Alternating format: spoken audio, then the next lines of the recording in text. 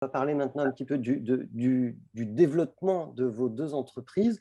Avant de voir quels sont vos leviers de développement, j'aimerais d'abord savoir comment vous avez finalement terminé l'exercice 2020. On a bien compris qu'il y avait eu de la résilience chez vous, vous vous êtes repositionné, vous avez réfléchi à votre stratégie, vous avez développé des choses plus tôt que ce qui était prévu. Vous finissez 2020 en hausse ou en baisse, Alexandre?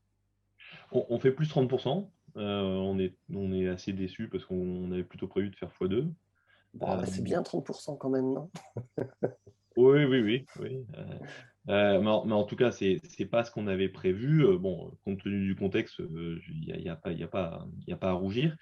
Donc, on fait plus 30% en chiffre d'affaires. On conserve le cash.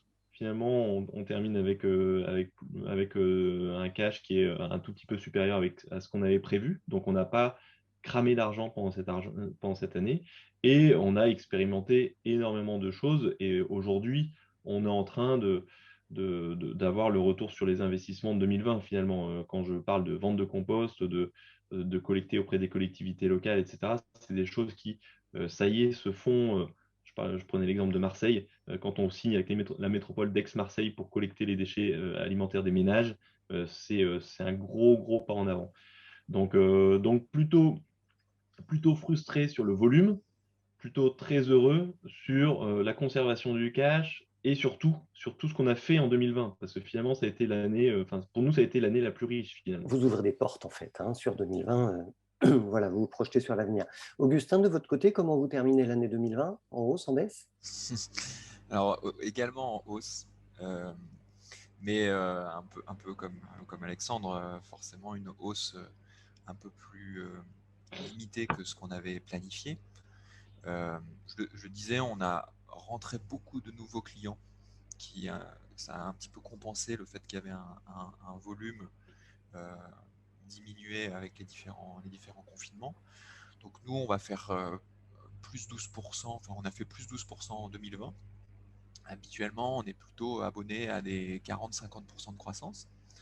Donc voilà, mais on n'a pas à se plaindre, c'est-à-dire c'est déjà des performances intéressantes. Et puis ce qui est aussi, voilà, on s'est attaché aussi à faire de la croissance rentable, parce qu'on a amélioré notre EBITDA de plus 40%.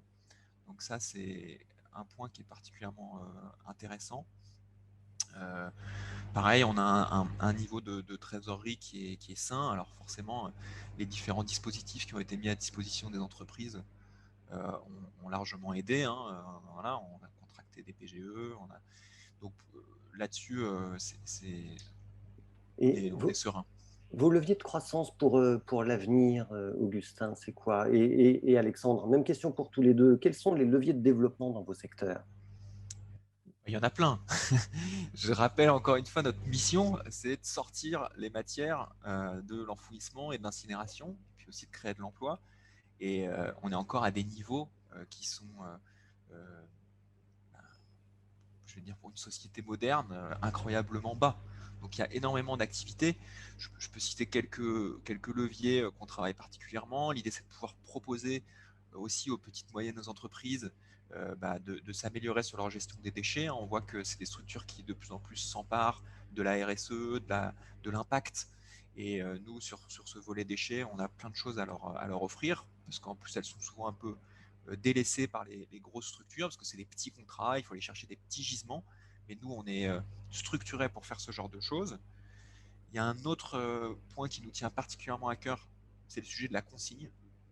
Euh, Ça avait été pas mal discuté dans le cadre de la loi AGEC, un petit peu reporté de quelques années. Mais très concrètement, nous, on identifie la consigne comme un formidable levier pour accélérer la captation des matières et surtout atteindre des niveaux qui nous sont en fait imposés par la législation. C'était rappelé par Stéphanie en introduction. Il faut que dans les 5 prochaines années, on récupère 90% de nos bouteilles. Euh, on voit assez mal comment on pourrait y arriver sans ce type de dispositif. Et Alexandre, de votre côté, les leviers de développement pour vous, c'est aussi réglementaire, législatif, il y a d'autres axes? Peut-être rappeler, nous, nos trois enjeux, ou en tout cas nos trois ambitions. La première, elle est en volume. C'est de collecter 10% des déchets alimentaires d'ici 2030 et donc d'être présent sur une trentaine de territoires assez rapidement.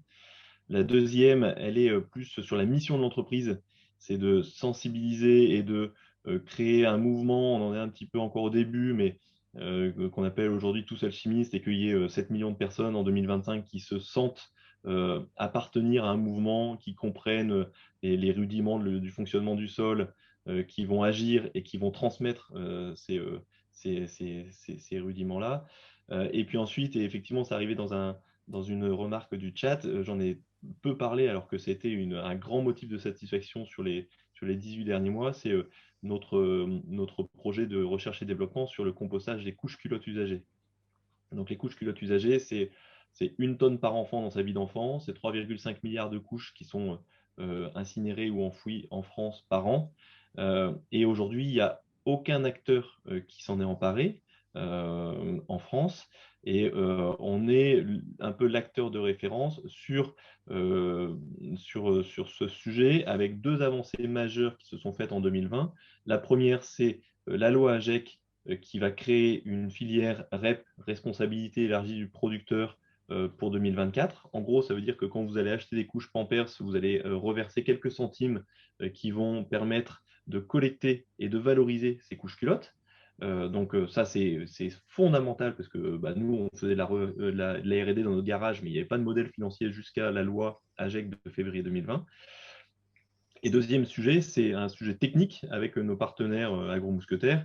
Il y a une couche 98% compostable et qui va vers 100% compostable, qui a été produite avec 40 000 prototypes que nous, on livre, on collecte et on composte auprès de 5 crèches et qui fonctionne plutôt bien. Donc aujourd'hui, techniquement et réglementairement, les choses sont bien alignées pour qu'il y ait cette nouvelle filière sur laquelle on est à peu près tout seul, quoi. Donc, et les chiffres de cette filière donnent un peu le tournis, effectivement, le volume de couches culottes pour enfants. Dernière question concernant les chiffres, si vous voulez en donner ou pas, mais ça concerne le financement de votre croissance. Comment est-ce que tous les deux, vous financez votre croissance et aussi votre recherche d'impact? Parce qu'évidemment, vous marchez sur 2 jambes. Alexandre. Peut-être sur la typologie de l'argent qu'on cherche, qui est bien à la recherche comme Fitrus et comme beaucoup d'autres. Alors Fitrus a été vraiment le pionnier en France sur le sujet et ça a ouvert la voie à beaucoup d'autres. Et tant mieux. Aujourd'hui, des investisseurs qui souhaitent de la rentabilité économique associée à de l'impact social et ou environnemental, ça devient pas la norme, ce serait trop beau, mais en tout cas, c'est un mouvement qui est une vague qui est profonde et puissante. Et donc, il y a de plus en plus d'investisseurs qui souhaitent aligner le triple bilan et c'est tant mieux pour nous. Donc ça, c'est sur la poche générale. Ensuite, en ce qui nous concerne, on va avoir deux types d'investissements qui vont être différents. Il y a l'investissement sur la croissance, sur la structuration de l'équipe, qu'on peut appeler VC, sur le développement de la boîte. Et ensuite, on a de l'investissement sur les infrastructures. C'est-à-dire que chaque installation qu'on installe coûte de l'argent et que si la rentabilité est établie, c'est des choses qui peuvent coûter vite des millions, voire des centaines de millions d'euros. Donc, on va s'adresser à des types d'investisseurs plutôt institutionnels qui vont plutôt financer de l'infrastructure, c'est Banque des territoires, c'est les collectivités locales, etc., les grandes caisses régionales, etc. Donc là, ils vont financer plutôt les machines. Et ensuite, on va avoir besoin, pas immédiatement, on a le temps, de financer le développement de l'entreprise, la structuration, la R&D, et continuer d'être innovant comme on l'a été jusqu'à maintenant. C'est plutôt du financement en haut de bilan, en dette. Quels outils vous utilisez? Il y a de tout. En fait, il y a 3 sources de financement principales. Il y a évidemment le haut de bilan avec des levées de fonds comme on a pu faire il y a 1 an et demi avec Fitrust et d'autres.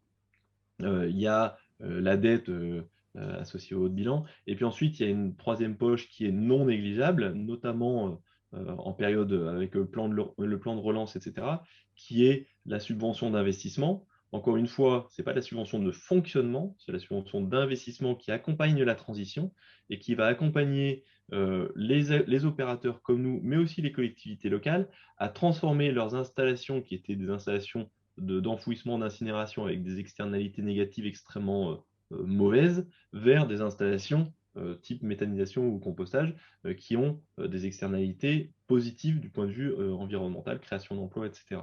Donc voilà où on en est. C'est très clair. Voilà. Merci Alexandre. Je vais poser la même question à Augustin. Du coup, comment est-ce que vous financez votre croissance et votre recherche d'impact? Quels sont les outils auxquels vous avez recours? En tout cas, nous, en termes de besoins, la typologie est assez similaire à ce qu'on peut retrouver chez les alchimistes, c'est-à-dire qu'il y a une partie qui est financer la croissance de l'activité, la structuration des équipes, la partie développement, etc. Et puis après, il y a une partie qui est liée à du matériel. Donc ça va être effectivement des camions, des machines, des équipements, des entrepôts. Donc là-dessus, en termes de besoins, bah forcément, notre croissance appelle à pas mal de fonds. On est quand même sur une activité assez capitalistique, hein, il faut bien le dire. Le patron de Paprec rappelait que pour 1 euro de chiffre d'affaires dans le recyclage, il faut faire 1 euro d'investissement. En termes de ratio, ça fait assez mal. Nous, on n'est pas exactement sur ce ratio-là, mais pas loin. Et du coup, voilà, ça appelle quand même un certain nombre de capitaux. Donc, ben, là, on utilise on va dire les outils adaptés à la typologie du besoin. Donc, il y a une partie en equity. Hein, donc, effectivement, en 2016, on a eu le soutien de différents fonds, Fitrust, bien sûr, qui nous accompagnent dans cette croissance. Et qui a le souhait de nous accompagner encore. Donc, j'en profite pour les remercier. On a pas mal de business angels, en fait. Donc, ça, c'est aussi lié à notre historique. Hein. On a 10 ans. Et du coup, au début, bah, on a surtout eu des gens qui avaient envie de nous aider dans cette mission.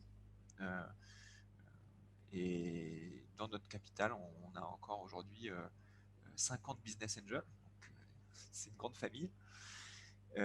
Et puis après, on utilise les différents outils. Donc, l'equity, j'en ai parlé, des sujets de quasi-fonds propres, on lève de la dette.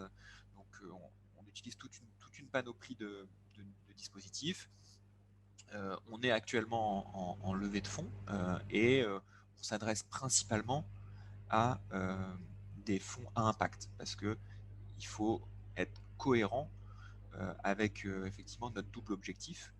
Et c'est très important pour nous d'avoir des partenaires financiers qui comprennent qu'on n'est pas exclusivement sur des sujets de ROI et de rendement financier. Cet impact, nous, on le mesure, hein, c'est des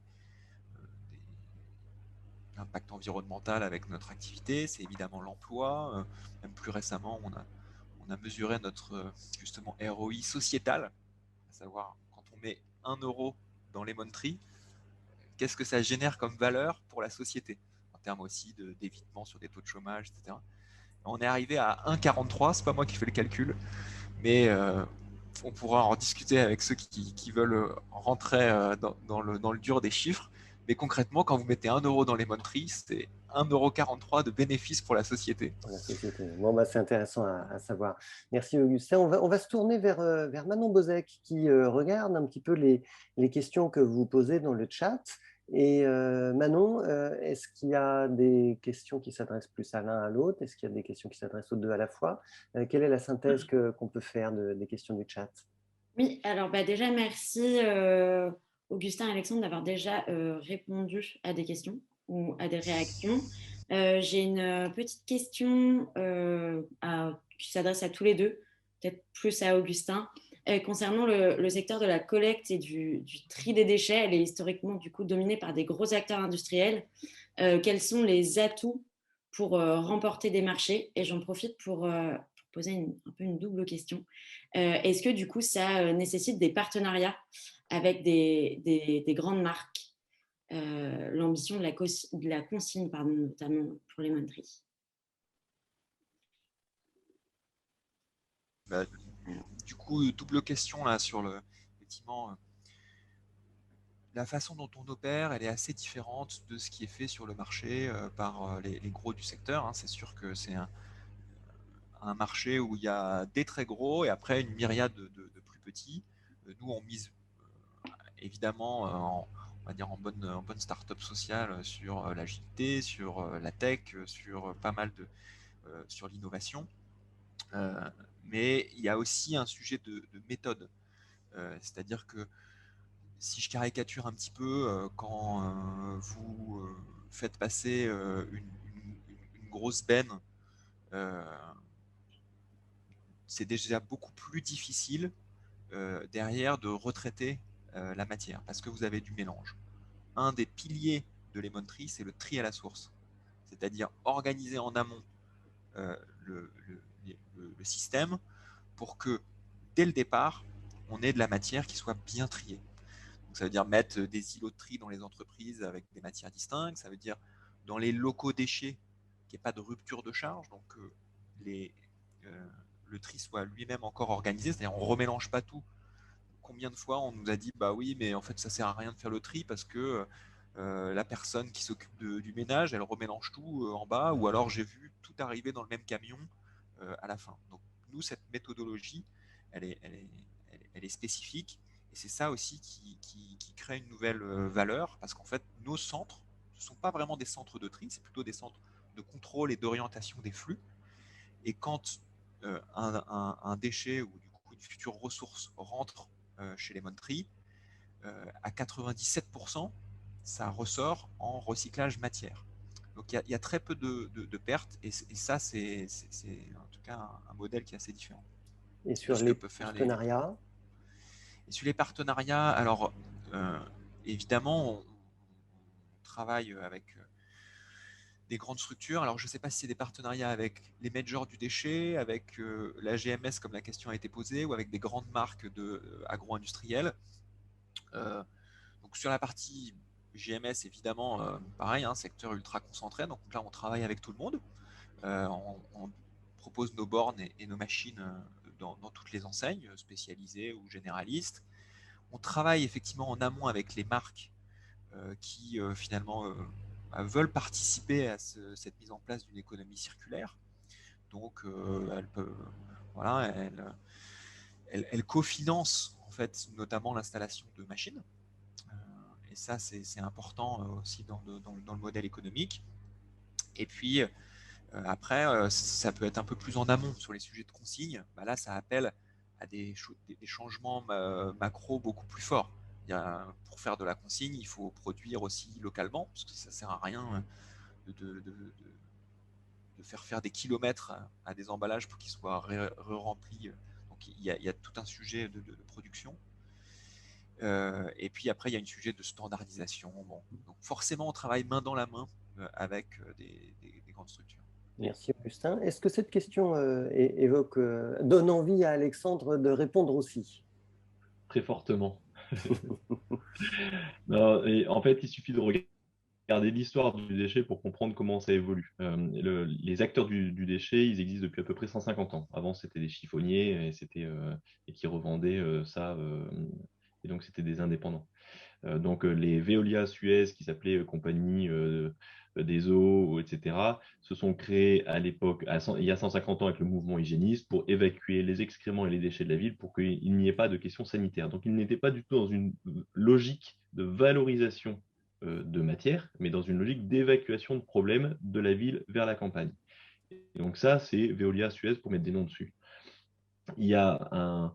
Donc ça, c'est la première génération. La deuxième génération, pour moi, c'est celle de Paprec, qui comprend, là, il y a 40 ans, que en fait, la valorisation des matières va être un vrai sujet, mais sans se préoccuper de savoir où doivent être valorisées ces matières. Et donc, il joue avec le marché mondial. Et donc, majoritairement, ce n'est pas pour critiquer, hein, mais majoritairement, en tout cas, ces matières vont être envoyées en Asie pendant une vingtaine ou une trentaine d'années, ce qui aujourd'hui devient problématique parce que l'Asie a fermé ses portes et que du coup, on doit se débrouiller de manière beaucoup plus locale. Je crois qu'on fait partie de cette troisième génération d'acteurs qui est on valorise de la matière, on le fait en circuit court et on essaye de le faire de manière territoriale en apportant des bénéfices environnementaux, sociaux, sociétaux au territoire.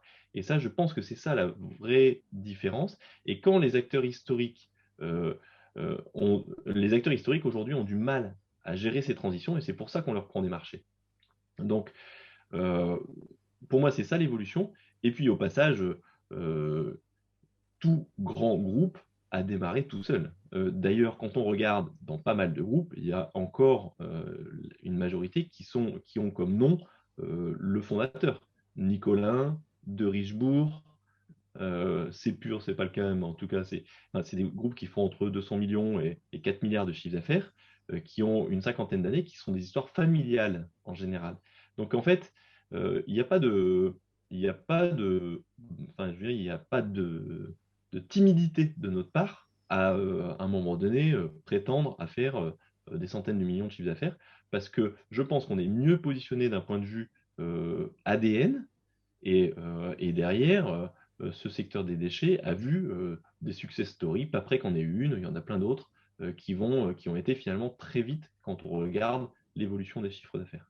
Et j'attrape au vol du coup une question qui permet de rebondir directement dessus. Face au gros, c'est quoi vos atouts à vous? Alors il y a l'ADN, d'accord, mais quelles sont vos forces commerciales? Quels sont vos ressorts? Est-ce que vous êtes petit donc plus agile? Quelles sont vos forces? Je pense qu'il y a un vrai sujet sur la sortir d'une logique de service et rentrer dans une logique de valorisation de ce sujet-là. En gros, je prends un exemple. On a remporté le siège monde d'Alstom à Saint-Ouen. Leur précédent prestataire sur les déchets alimentaires était au N-5. C'est-à-dire qu'ils reportaient à un groupe de déchets qui reportait au groupe FM, à Bouygues FM, qui finalement signait avec Alstom. Nous, on signe en direct avec Alstom.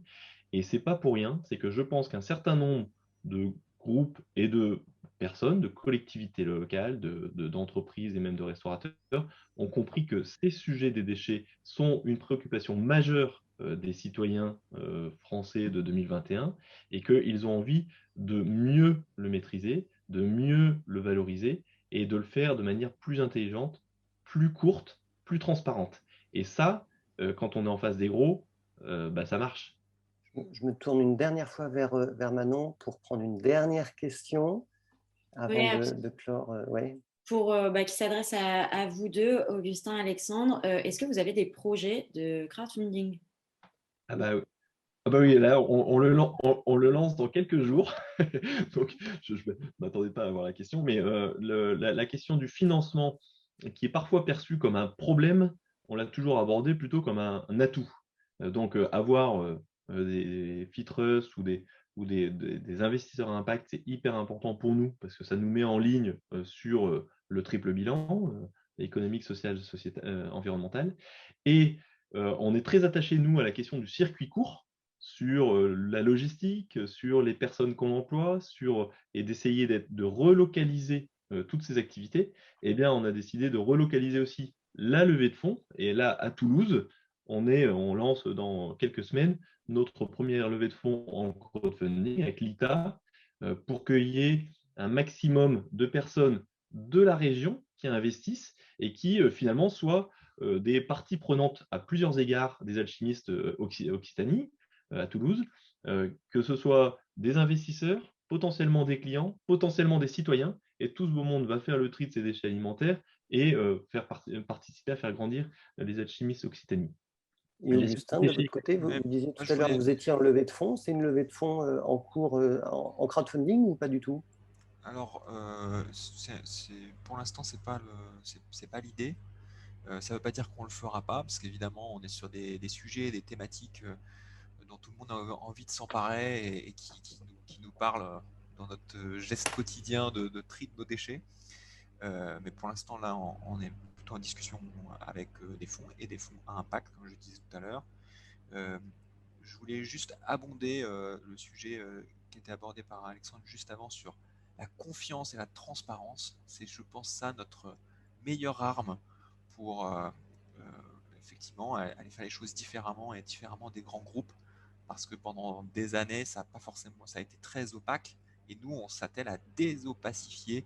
Voilà, on ouvre nos portes, c'est un reporting ultra clair, on sait qu'est-ce qu'on récupère, où ça va, et ça change, et c'est possible parce que le modèle est aussi différents.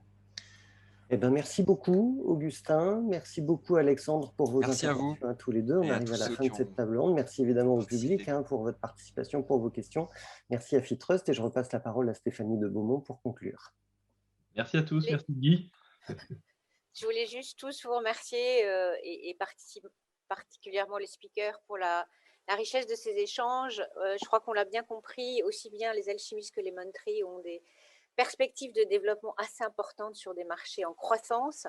Je voulais évidemment vous remercier tous les deux de vous être prêtés à cet exercice ce matin. Les débats qu'on organise justement entre les dirigeants de nos entreprises en portefeuille ont vraiment pour objectif de mieux faire comprendre à tous en fait, comment ils transforment leur secteur, au-delà de leur développement aussi, quelle est leur volonté de transformation de leur secteur. Et pour nous, c'est surtout aussi l'ambition de fédérer avec nous tous ceux qui veulent financer ces entreprises qui portent une vision inclusive de la société. Ce débat, comme les précédents, sera disponible sur la chaîne YouTube de Fitrust. J'ai l'impression d'être une vraie speakerine de télévision. En tout cas, très bonne journée. Merci beaucoup. Et on vous retrouve au prochain débat. Merci beaucoup. Au revoir.